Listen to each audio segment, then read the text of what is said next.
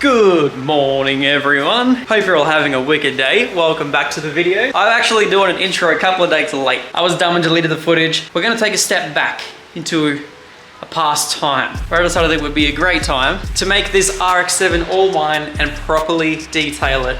Now, weirdly enough, it is still raining outside here in Melbourne, but that's not a surprise to anyone that lives down here whatsoever. It's currently a few days later. It's still raining, of course, but the FD looks so beautiful. You can't see just yet because I haven't showed you guys in the video. So let's pick up the action after I just went out for a quick drive, got some stuff for the FD to come clean it up, and let's go from there.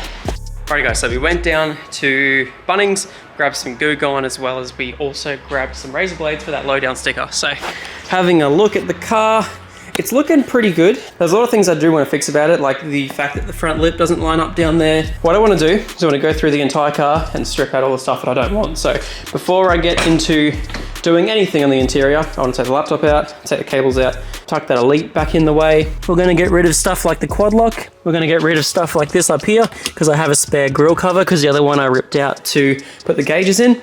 And over this side here, we have this right here, which I'm going to remove, which is a turbo timer. This was already stuck down before, but I need to get some goo going onto that there. So we get rid of that. And what else was there? Ah, yes, the big shift light. That is 100% coming out too. So we'll get rid of all that stuff and also grab this because this is also going as well. These always scuff up and look bad. So my other one did it as well. We're going to get rid of that as well.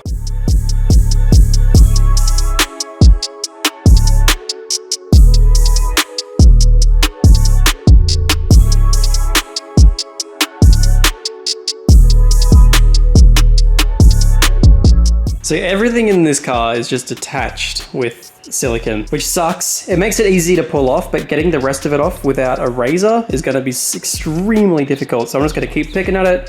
Fingers crossed it hasn't been scuffed up before the silicone goes on it, so it might actually be salvageable, but we'll see how we go.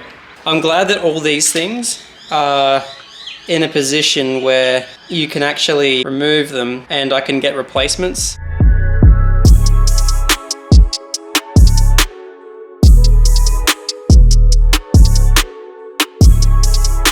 That is as far as I'm willing to take it with a razor.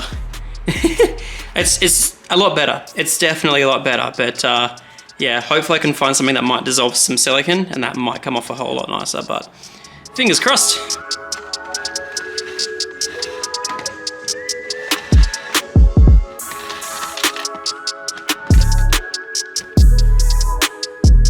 There's no purity box for that bad boy. I'm sorry.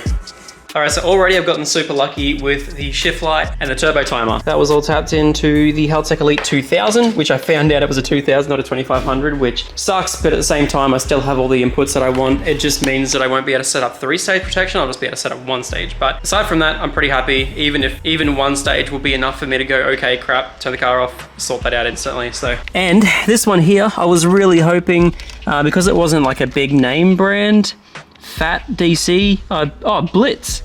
Hey, there we go. That's a Blitz turbo timer. There we go. Yeah.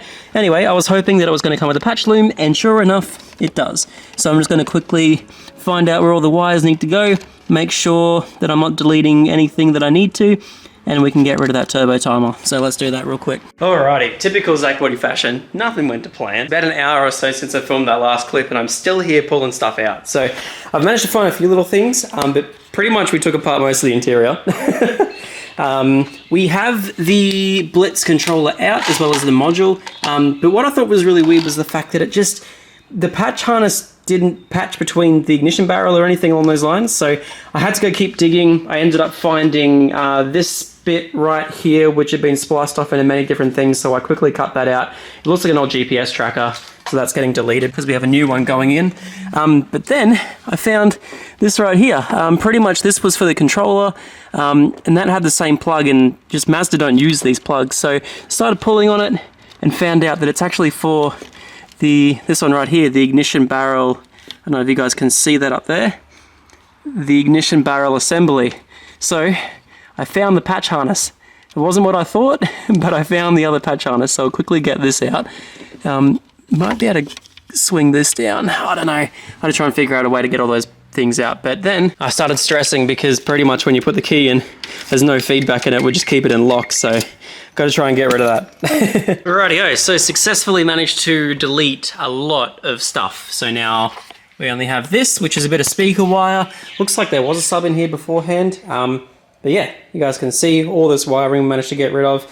Got rid of a turbo timer. We also got rid of what looks like a GPS tracker. But so anyway, time to bolt everything back up, put the gooch cooler back in. I was getting really worried for some reason. Like as soon as I took the turbo timer out, the thing wasn't twisting at all between there and there, and I thought something was wrong. So I managed to fix up all the rest of the wiring. I tried to plug it back in, take it back out. Everything was still doing that. I found out my steering lock was on, so now we're good. I'm so dumb. Alright, so I managed to get this out. It was actually hardwired with a constant 12 volt, and I was always just wondering what this was. Someone said it was a sat-nav, but I did find out it is actually a sat-nav holder. So what he did was he sikaflex that all in there into the speaker vent, and then that held like a nav man. This is completely junk now, that entire piece right there. So that's alright. Either way, jumping in here, because I took the gauges out of my old car, I have a spare piece there. So I'm stoked about that. I'm gonna have to clean up this one day. I might even see if I can hit it back with a grinder or something, because it's just all like carbon. Really, really weird. I don't know what the go is with that. And we have to quickly put everything back together. But I'm really stoked. The quad lock came off, no worries at all. I just have to get some of the adhesive stuff around it. Yeah, I'm absolutely stoked. I've been managing to get so much of this car done. And it's looking so much nicer on the interior. All right, so originally I was really annoyed about the fact that I couldn't get the silicone off. I bought this stuff from Coles, and I know it's probably not ideal for this interior, but Orange Power, I haven't used this stuff before, and I was really like iffy about putting it on this interior because I know even stuff like Orange Agent from Bowden's, if you leave it on, can be really bad. So I was really stressed about this stuff. But in terms of the silicone, look at this. I don't know if you guys saw it before, but it is coming off incredibly well.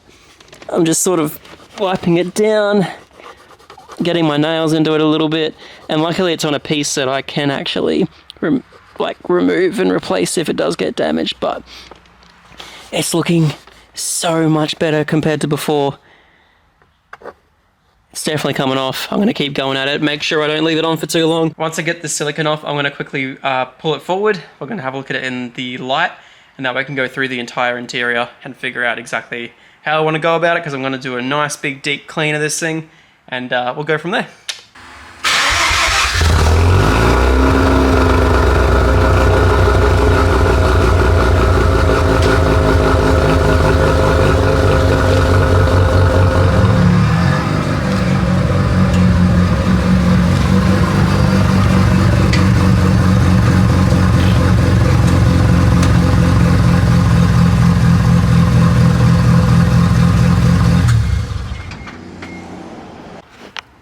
Rightio, so I just want to show you guys how much we've already done to this interior. So you guys can already see just how much we've done. No more turbo timer, no more ashtray because we have a little center console thing, no more quad lock. It's looking so much better, and no more weird thing up there. Interior is finally starting to look really stock. Nice.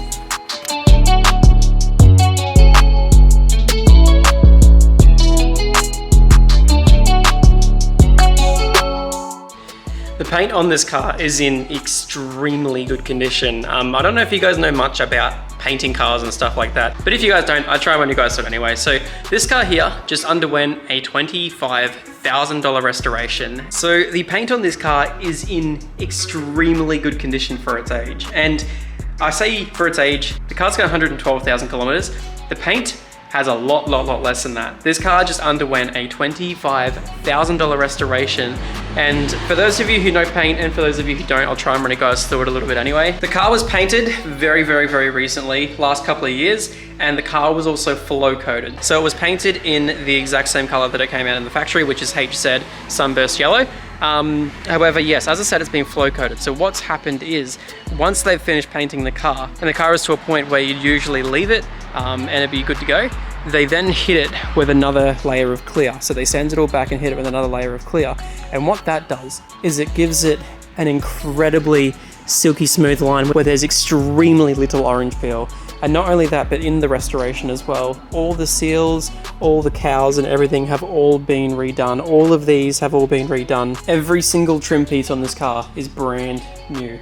And it just makes me feel so happy. Every single thing about this car is like, it's so similar to my old car, but everything is just a little bit better. And I very much appreciated my old car, but at the end of the day, it just like, everything is just a smidge better. And I'm just so stoked about that. It looks so good. All right, let's give it a quick little tub. Weirdly enough, I think this is the first car that I'm actually just going to leave and not do a paint correction just yet. Exactly after I buy it. It's just because the car looks amazing and paint is incredible on it. Like you guys can see it beating up amazingly. I'm just going to give it a quick bath. We'll bring it back inside. And we'll let it sit until I can get it registered. Whew.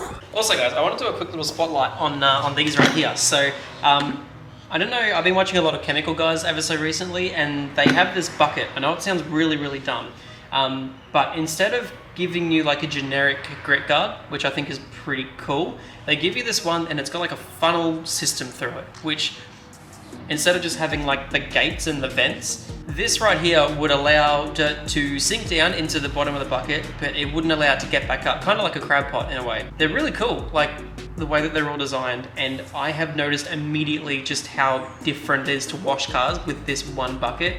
I know it sounds ridiculous, but I am telling you guys all now, this is probably the best detailing bucket on the market. So, also, I don't currently have 2 buckets yet. I'm gonna get a second bucket. Chemical guy sponsorship.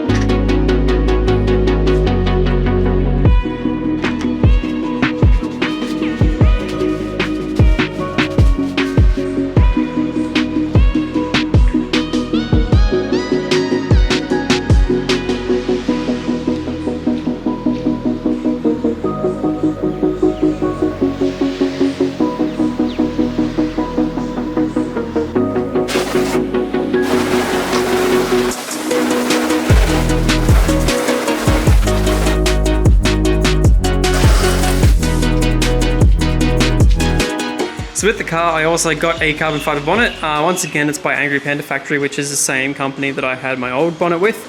However, it has been transported wrong, and I'm guessing it's probably when it went to Nathan. But as you guys can see, it's fully chipped off at the bottom, which means someone's just dropped it. It's always been under cardboard or under this when transporting it down to me. So I know it's not the company that I use. I know that Nathan didn't put this on the car, so I could imagine it's always been in that and always been wrapped up. So that sucks heaps, but either way, we'll get through it. It's not gonna be much to put some putty over it and then find a color match thing and just try and fix it up as much as we can. But then also, we got a standard wing lip as well, which I'm contemplating putting on, but we'll see how we go. I do love that wing. I want to try and make it smoother though, so I think I'll take it off and replace it with that eventually and try to make that one smoother. But either way, this looks amazing, and just the paint on this is incredible. For a carbon fiber bonnet to look that glossy, it is insane. I'm so stoked. Alrighty guys, it is such an incredible afternoon. It's so beautiful outside. It smells fresh. This right here is the reason, I know it sounds dumb, but this is the reason why I moved to Melbourne. It's so beautiful. The weather is just amazing, and when it's not raining, it's not humid. It's still not raining. I don't know if you guys sort of get me, but anyway, I was going to show you the paint on the car. As I said, it has been flow coated before, but if you guys can see just how, I will just use this light for example, just how smooth that is over the entire car. There is barely any orange peel whatsoever. It looks absolutely phenomenal. So that's the sort of thing that I mean by flow coating. It makes the exterior of the car look like glass. It is just beautiful. Alrighty, well that pretty much concludes today's video. I've just got everything inside, cleaned up the garage nicely for Sarah, and put all of my RX7 stuff down the side here. So yeah, fingers crossed everything goes alright. Anyway guys, thank you so much for watching today's video. I'm gonna go enjoy the rest of the rain with the dogs out the back. Thank you so much everyone for watching, and I'll see you all in the next one where we get to install some incredibly rare and super sick parts on this car. Anyway guys, have a good one. Peace out.